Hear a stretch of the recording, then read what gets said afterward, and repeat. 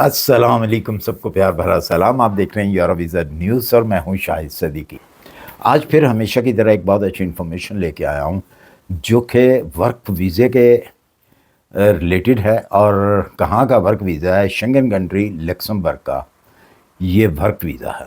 देखें, शेंगन आने के लिए, शेंगन का वर्क वीज़ा लेने के लिए आपको सबसे पहले क्या चाहिए होता है? सबसे पहले आपको चाहिए होती है एक जॉब, जो कि आप पहले जॉब को ढूंढते हैं। जब आपको जॉब मिलती है, जो एम्प्लॉयर होता है, जो आपका मालिक होता है, जो कंपनी होती है, वो आपके साथ रज़ामंदी करती है, जी ठीक है हम आपको रखते हैं।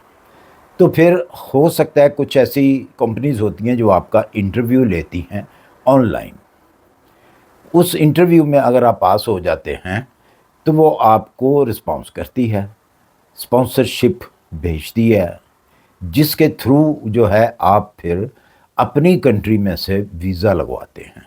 अगर हम पाकिस्तान की बात करें तो पाकिस्तान में लक्समबर्ग की एम्बेसी नहीं है, इसको बेल्जियम की एम्बेसी जो है वो डील करती है। बाकी इंडिया के अंदर एम्बेसी है। ख़ास तौर पे जिस कंट्री में नहीं होती मैं उसका नाम ले लेता हूँ, जैसा कि पाकिस्तान में नहीं है और इसको बेल्जियम की एम्बेसी जो है वो डील करती है।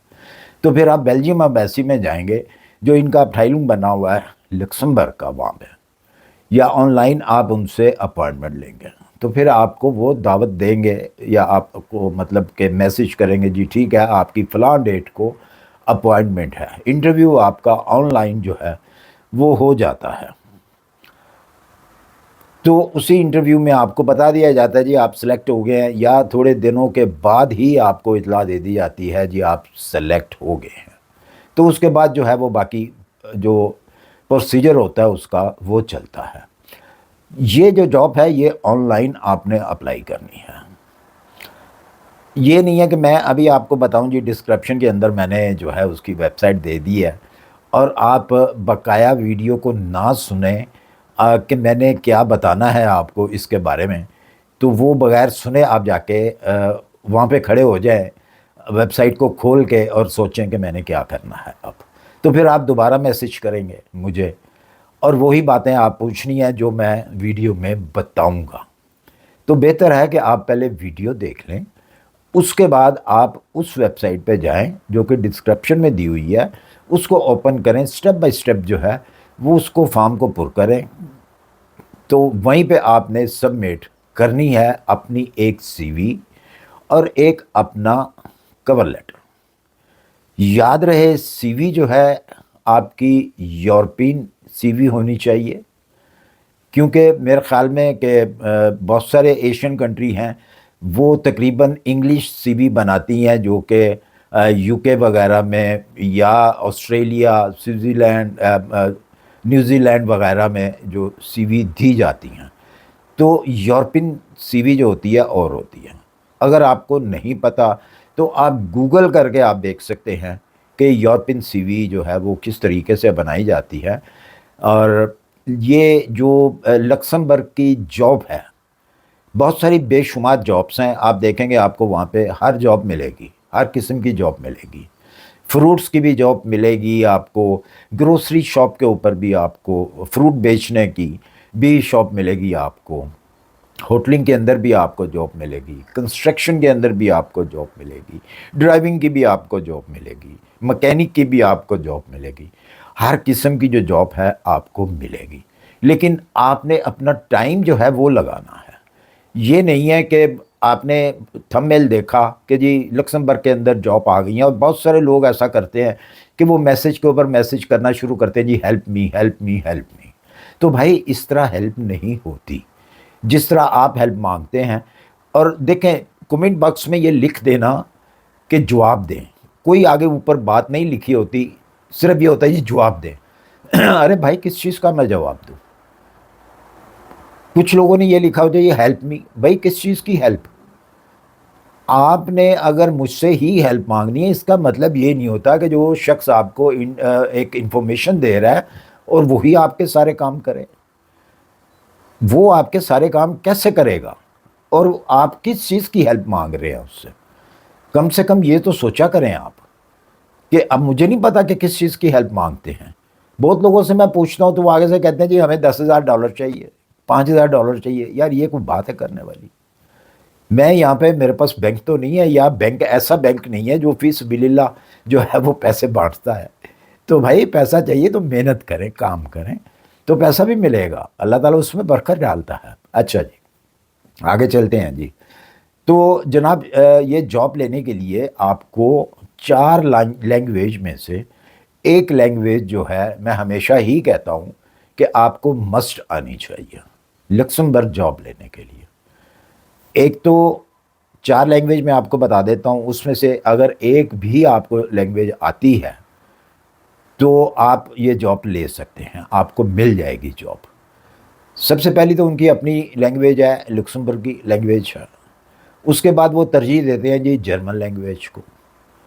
تیسرے نمبر پر فرینچ ہے، اگر فرینچ آپ کو آتی ہے تو. چوتھے نمبر پہ جو ہے انگلش، اگر انگلش آتی ہے آپ کو. یہ نہیں ہے کہ بالکل 100% آپ کو عبور ہی حاصل ہونا چاہیے ان لینگویج کے اوپر، نہیں ایسی بات نہیں ہے.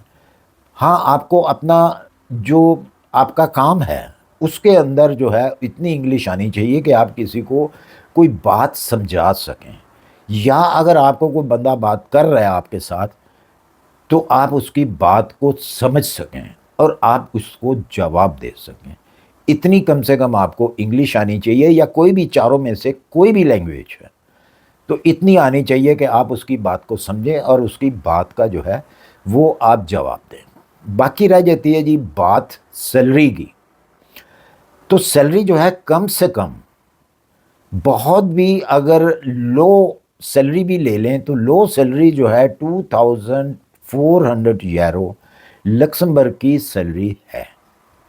باقی ڈیپینڈ کرتا ہے آپ کے سکل کے اوپر کہ آپ کا کیسا سکل ہے، کون سا سکل ہے. اگر آپ آئی ٹی سیکشن سے تعلق رکھتے ہیں تو اس کی بہت اچھی سیلری ہے، تقریباً 7000 یورو تک اس کی سیلری ہے. تو اسی طرح سکل کے اوپر جو ہے وہ آپ کی سیلری جو ہے وہ ڈیپینڈ کرتی ہے، وہ آپ کی کمپنی ہی آپ کو بتا سکتی ہے کہ آپ کا کون سا سکل ہے اور آپ کو ہم سٹارٹ میں کون سی سیلری دیں گے. اس ویزے کے اندر اگر آپ کو یہ ویزا مل جاتا ہے تو یہ 2 سال کا ویزا ہوگا سٹارٹ میں. اس کے بعد یہ آپ کی کارکردگی ہے، آپ کا کام ہے، تو پھر وہ ویزا اسی حساب سے جو ہے وہ آگے بڑھے گا.